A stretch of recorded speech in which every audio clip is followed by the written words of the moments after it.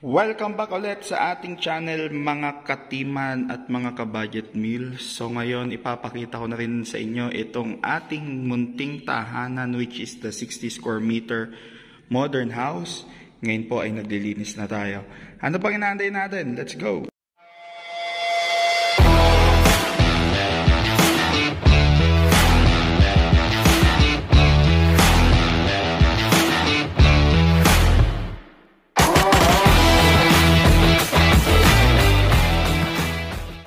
At ayun na nga mga ka-budget meal at natapos na natin itong bahay natin, yung interior pa lang which is the 60 square meter modern house. At ito na siya ngayon, meron na tayong table doon at yung dalawang upuan natin ay narito pa rin. Ayan, at ngayon po ay naglilinis na kami at ready na sa paglipat dito sa aming munting tahanan. At ayun na nga yung aming tiles, makintab na makintab as you can see. Bagong gawa pa lang ito nga aming tahanan. Kaya nga po marami sa akin ang nagtatanong ano yung aking ginawa dito sa tiles na to, kung bakit luminis ng ganyan. Ang akin lang pong sekreto, punasan nyo lang ng punasan, sipagan nyo. So ngayon marami kayong makikita sa Facebook, marami kayong makikita sa YouTube na ginagamitan nila ng WD-40. Hindi pa ako try noon mga ka-budget meal. Ang akin lang, punasan nyo. Okay? Kasi nga, ang hirap, hindi pa natin na-try. Diba ba mamaya, something happens sa ating mga tiles, ang hirap na magpalit ng tiles mga ka-budget meal. Kaya yun, ako hindi ko siya nire-recommend kasi nga hindi ko pa naman din siya na-try. Ewan ko lang din sa iba, just comment down below kung effective ba talaga. Diba kapag ka-effective, mag-comment lang kayo, at least makakatulong tayo sa mga viewers natin na yun yung dapat nilang gawin sa kanilang mga namumuting tiles. No? Pero dito sa akin, ginawa lang namin punas ng punas, vacuum, punas, vacuum, punas, vacuum, and then boom, ito na yung resulta niya. Ayan, so ngayon mga ka-budget meal, wala pa tayong kuryente. So ngayon mamaya, bibidyo natin kung paano i-install yung wire patungo dito sa bahay from Metro ng Meralco. Okay, tutur ko muna kayo. At eto, nagpagawa kami niyan kasi nga unang-una yung mga microwave natin, yung mga oven natin dito natin ipapatong. So ngayon dito yung aming rep, sinukat na namin diyan. Sukat na sukat siya diyan. Hindi siya dito hindi siya lalagpas bago saktong-sakto.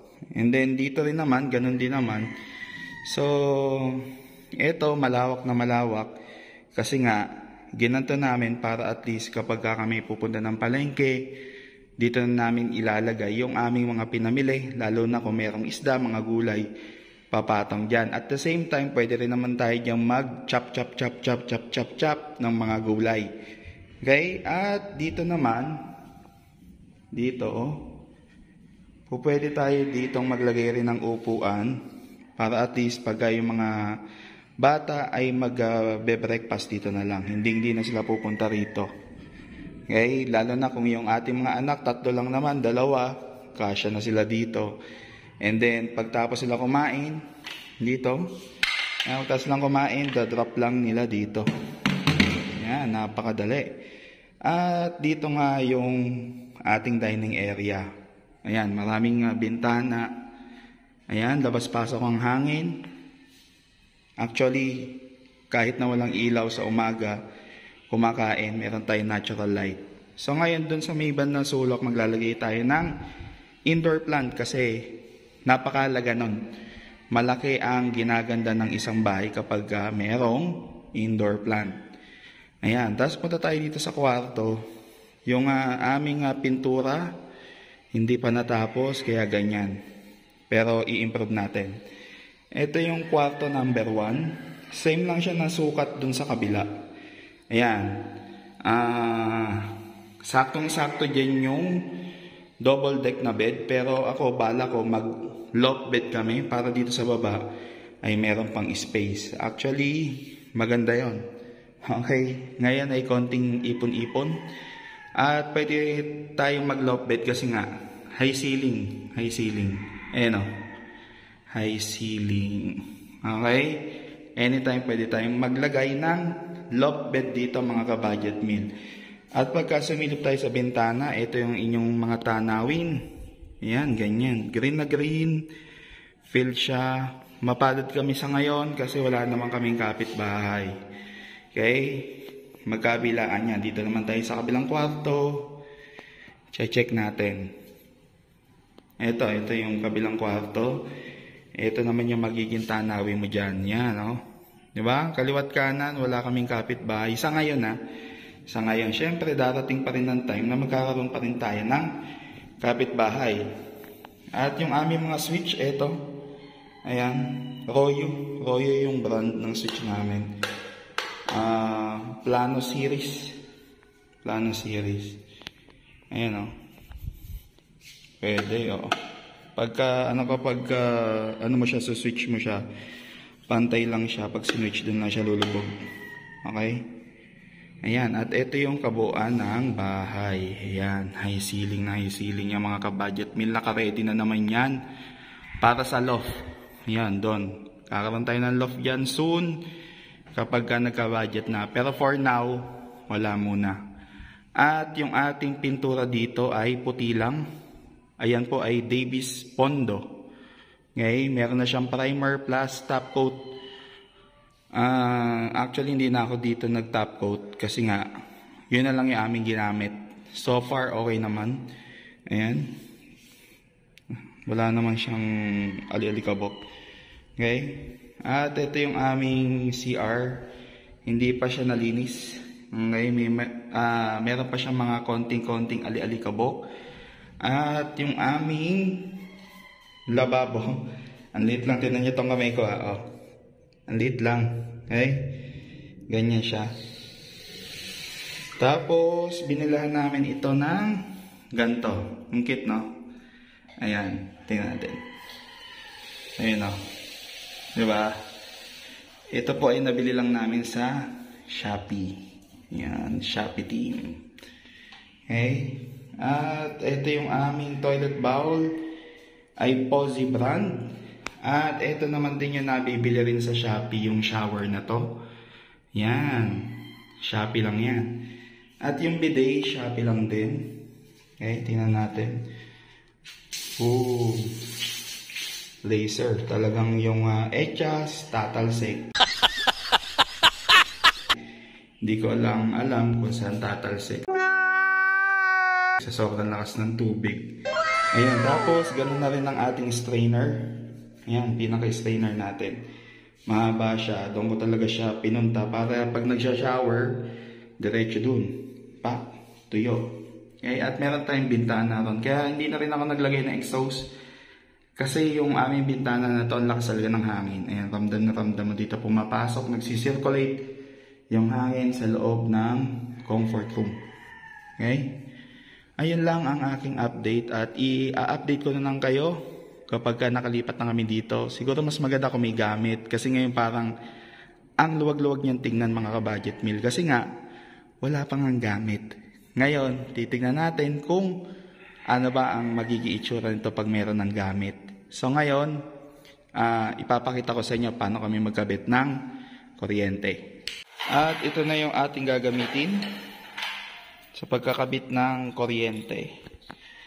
Yeah, from Meralco Metro. Tindi niyan tayo.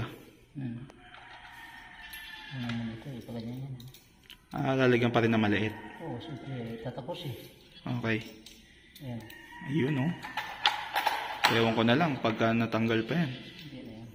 Kasi ginawa ko ang apat yung walo yung nawasa para sigurado Dalaw-dalawa. Pero, Tindi. Pero kaya naman siguro kahit isa lang. Pero dalawin nyo na para sure ball, no? Mura lang naman yata, no? 4 isa. Okay na. Mura lang, no? Tapos, ang ating gagamitin ko doon tayo, ito, ano to? 8. Phelps Dodge PD.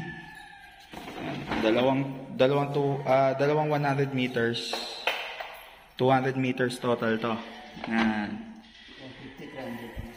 150 ba yan? Parang 100 lang. 150. Di yan. Ang dalawa, di yan naman 300. Tingnan natin. Ano yun? 100 meters lang tayo. Ito, 100 meters. Spider-Man. Spider-Man. Ang ganda ng patungan nyo ah. Talagang kitang-kita nyo yung baba, ano? So, shortcut pa yan, oh. Oh, yung shortcut pa, oh. Oh, oh. Dami ko lang yung people. Marami sila doon. Ayun na, oh. Ayun, oh. Para ka palang Meralco, eh, oh. Tay, para ka palang Meralco. Mga pormahan. Ito na ang line 1, line 2. Yan na. So ngayon, meron dyan nakalawit na alambre. Yun. Dito yan. Dito, dito. Dito yan. Yan. Hahatakin natin yung mga budget meal. Okay, abang-abang. A few moments later. At ayun na nga, natapos na yung pagkakabit natin ng kuryente. Naitap na natin ang bawat mga ilaw dito sa aming munting tahanan. Yan, meron na siyang liwanag sa dilim. Yan na siya, ang ganda. Okay? At na-install na natin yung bawat mga kuryente rito. Meron pa tayong vacant na sa 2, 3. Yan, 3 pa na breaker ang hindi pa natin nagagamit. Reserva na yung mga budget meal. So, ayun. Gumagana na. Nakita niyo yung mga electric fan. Umiikot-ikot na. Ayan. And then, puntahan natin yung CR. Dito talaga ako na-excite sa CR. Kulang pa nga tayo ng isang bombilya dito. At ito na yung ating design sa ating comfort room. Ayan. Tingnan nyo ha. Ayun no. Ayan. So, kulang pa tayo ng isang ilaw mga budget meal. Ayun. Nakapatay pa. Kaya parang medyo madilim. Pero kapag ka napinturahan na yan, nalagyan na natin ng bombilya at napinturahan na natin tong mga sides na to, ay gaganda na yan. Sa ngayon, kailangan muna natin ng ilaw para at least ay makita natin yung mga bagay-bagay. Ayan o. Kompleto na. Pak!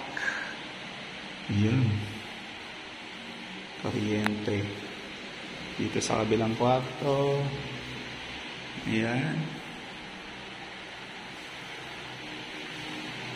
Okay. At ito ang aking misis. Ayan na siya. Ayan na.